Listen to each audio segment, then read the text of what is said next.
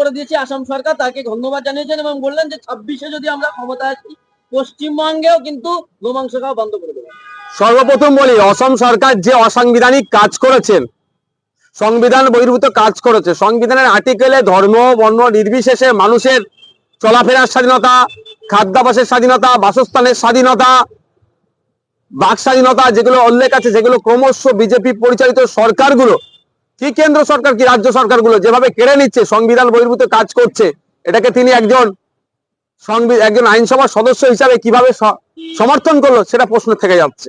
এবার আসা যাক, অসমে যেটা হয়েছে নিশ্চিতভাবে সেটা আইনি চ্যালেঞ্জ হবে, আগামী দিনে চ্যালেঞ্জ হবে, সেটা কোর্টে সেটা ফাইসাল্লা হবে।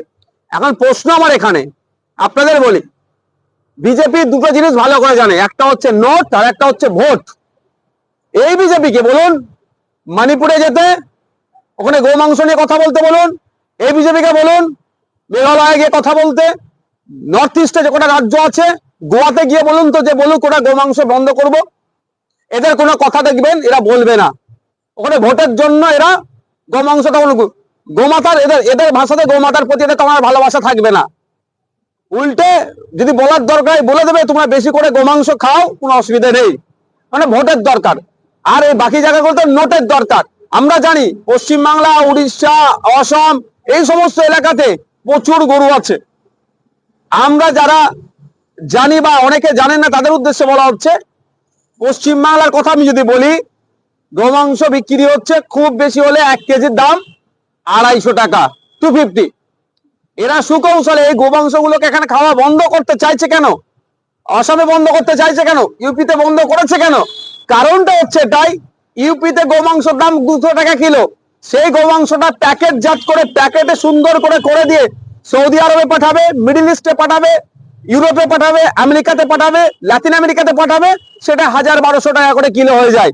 এরা ব্যবসা করার জন্য, এটা সত্যিকারের অর্থে যদি ধর্মকে মেনে, যদিও আমার যতটুকু জানা আছে হিন্দু ধর্মেতে কোনো জায়গায় গোমাংস খাওয়া নিয়ে নিষিদ্ধ নয়, থাকলে যদি থেকে থাকে কেউ যদি আমাকে জানায়, সেটাকে আমি প্রত্যাহার করে নেবো আমার কথাটাকে। কারণ আমি ইতিপূর্বে যতজনের সাথে কথা বলেছি, নির্দিষ্টভাবে কেউ আমাকে বলতে পারেনি যে এইটা যে নিষিদ্ধ আছে।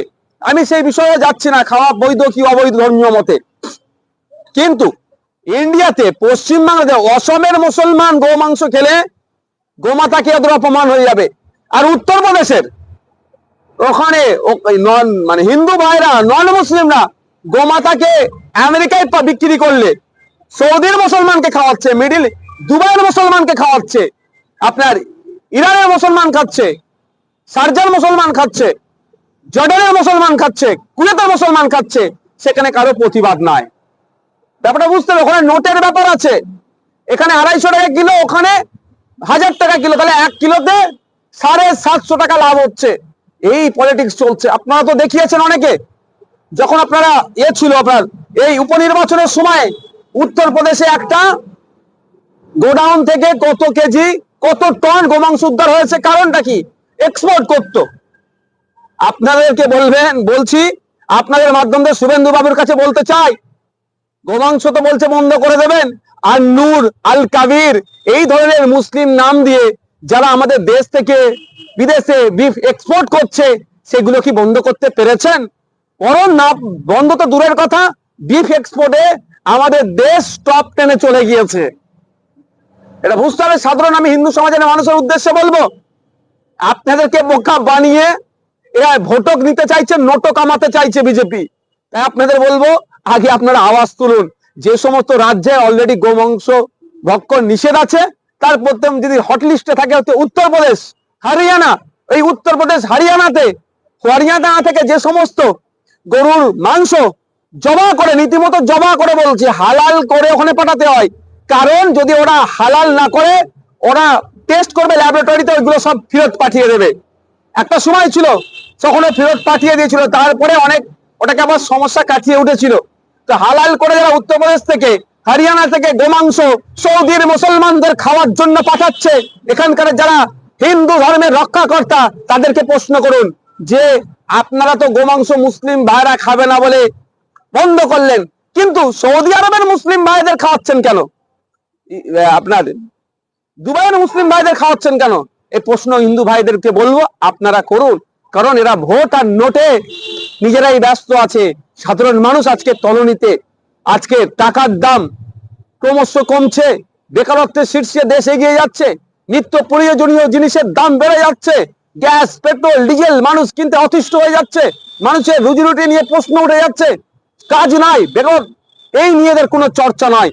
এগুলো থেকে ঘুরিয়ে শুধু ধর্ম ধর্ম নিয়ে খেলাতে মেতে উঠেছে। আজকে শুভেন্দু অধিকারী এও বলেছেন, আমরা জানি যে কদিন আগে যেটা মুর্শিদাবাদের বেলডাঙ্গাতে যে ঘটনাটা ঘটেছিল, সেই ঘটনাকে কেন্দ্র করে শুভেন্দু অধিকারীর বক্তব্য, সেখানে নাকি মুসলিমরা 50টা মন্দির ভেঙে দিয়েছে এবং গার্ডেন ডিস আরো শ্যামপুর বিভিন্ন জায়গায় নাকি হিন্দুদের মন্দির ভাঙা হয়েছে, যে কোনো সরকারি কোনো রিপোর্টে নেই বা এইরকম ধরনের কোনো কেসও নেই। কিন্তু শুভেন্দু অধিকারী আজকে এই মিথ্যা বক্তব্যগুলো আছে। আমি দেখুন শুভেন্দু অধিকারী কতটা মানে সত্য কথা বলছে প্রশ্ন থেকে যায়। আপনি যে কথা বললেন গতকাল বিধানসভার মধ্যে, গতকাল কি পরশুদিন বিধানসভার মধ্যে উনি দাঁড়িয়ে বলেছেন 50টা হিন্দু সমাজের মানুষের ধর্মস্থান অর্থাৎ মন্দির ভেঙেছে। যদি এই ধরনের হয়ে থাকে, চরম অন্যায় হয়েছে। সাথে সাথে রাজ্য পুলিশের কাছে আমি জানতে চাই, প্রেস স্টেটমেন্ট দিক, এই মন্দির যদি কেউ ভেঙে থাকে তাদের কজনের বিরুদ্ধে অ্যাকশন নিয়েছে। আর যদি না ভেঙে থাকে, এইভাবে মিথ্যা প্রচার করার জন্য শুভেন্দু অধিকারীর বিরুদ্ধে রাজ্য প্রশাসনের সর্বোচ্চ কর্তা যিনি মমতা ব্যানার্জি কি ব্যবস্থা গ্রহণ করেছেন, কি সুমোটো করেছেন, সেটা আমরা দেখতে চাই। এটা আমি কিন্তু বলবো না, আমি প্রয়োজনে আরটিআই করব, বেলডাঙ্গা থানাতে আরটিআই করব, ওই সময় কত ফেক কেস, মানে কত কেস হয়েছে, কি কি কেস হয়েছে সেটা আমি জানতে চাইবো। কারণ যেভাবে মিথ্যাচার করে মানুষের মধ্যে, সমাজের মধ্যে বিভেদ লাগাতে চাইছে মমতা ব্যানার্জি সরকার, চুপচাপ বসে সব মজা দেখছে। মমতা ব্যানার্জি দোষী করছে, এর বিরুদ্ধে কনডেম করা, এর সত্যটা প্রেস স্টেটমেন্টের মাধ্যমে জানানো। দুর্ভাগ্যের বিষয় দেখলাম হাউসের মধ্যে বলেছে কিন্তু 50টা মন্দির নাকি ভেঙেছে। যদি আমি মিডিয়ার মাধ্যমে সাধারণ মানুষের উদ্দেশ্যে বলছি, ধর্মপ্রাণ মানুষকে বলছি, যদি 50টা মন্দির ভেঙে থাকে, তা যারা ভেঙেছে তাদের বিরুদ্ধে ব্যবস্থা কজনের বিরুদ্ধে নিয়েছে সেটাও সরকার প্রশাসনকে প্রেস কনফারেন্স করে জানাতে হবে, আওয়াজটা তুলুন। কারণ আমরা ধর্মপ্রাণ মানুষ, কোন ধর্মের স্থানে আঘাত দিক কোনোদিন মেনে নিতে পারবো না। আর যদি মিথ্যা হয়, মিথ্যা প্রচার করার জন্য, মিথ্যা প্রচার করে মানুষের মধ্যে সম্প্রীতি ঐক্য বিনষ্ট করার জন্য যারা মিথ্যা প্রচার করছে, তাদের বিরুদ্ধে কি ব্যবস্থা নিয়েছে বা নেবে সেটা প্রেস কনফারেন্স করে প্রশাসনকে বলতে হবে। অন্যথায় জানবো শুভেন্দু অধিকারীকে দিয়ে বলিয়ে হিন্দু মুসলমানের বিভাজন করে একটা ভোট তৃণমূলের কাছে রাখতে চাইছে আর একটা ভোট বিজেপির কাছে রাখতে চাইছে। এই ভোটটা ভাগাভাগি করে ওরা করে তৃণমূল আর বিজেপি শাসক আর অপোজিশনে থাকতে চাইছে।